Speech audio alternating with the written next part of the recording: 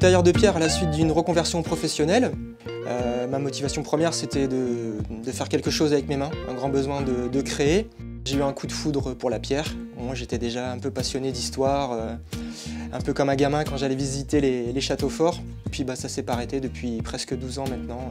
Donc là, c'est la réalisation d'un lion des Flandres en pierre bleue de Soigny, donc la pierre qui vient de Belgique. La pierre qu'on retrouve beaucoup chez nous sur les appuis de fenêtres, les encadrements de portes. Donc ça, c'est la partie, ce qu'on va appeler partie gravure. On reproduit le motif ou le lettrage sur la pierre à réaliser.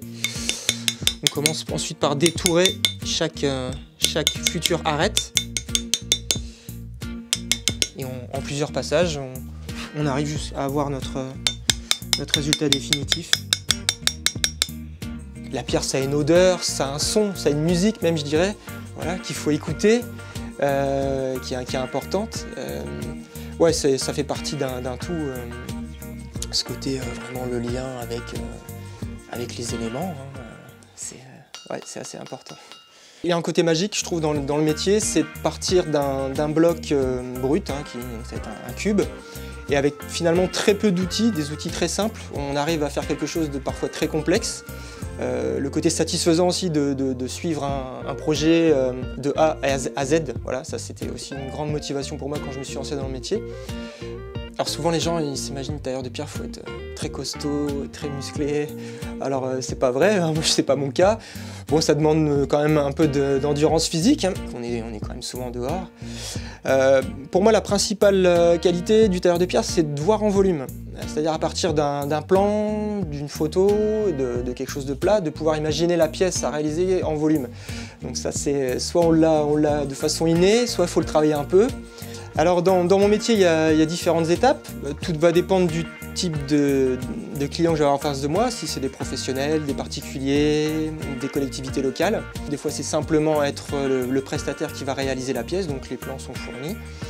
Par contre, d'autres fois, il y a vraiment plus de travail, donc c'est toute la partie relevée sur le métrage, ce qu'on appelle dans le métier le calpinage.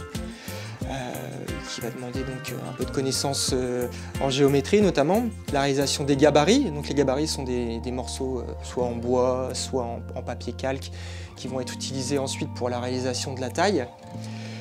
Dans la partie un peu plus création, déco, il va y avoir de l'épure, des croquis, où les gens viennent soit avec une idée, une photo, et puis on va développer, on va travailler à partir de ça.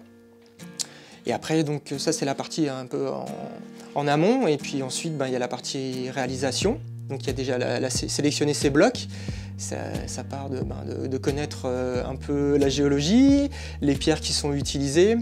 Ensuite la partie taille, donc, ça qui est pour moi la plus intéressante puisque c'est là où on voit sortir la forme du bloc.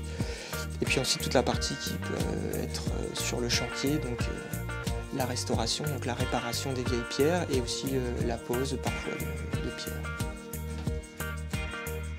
J'ai fait le pari d'être artisan et vraiment d'utiliser les techniques traditionnelles. Moi ce qui me plaît c'est de voir la trace de l'outil. C'est ce qui donne le côté fait main et ce qui donne la chaleur finalement à la pièce.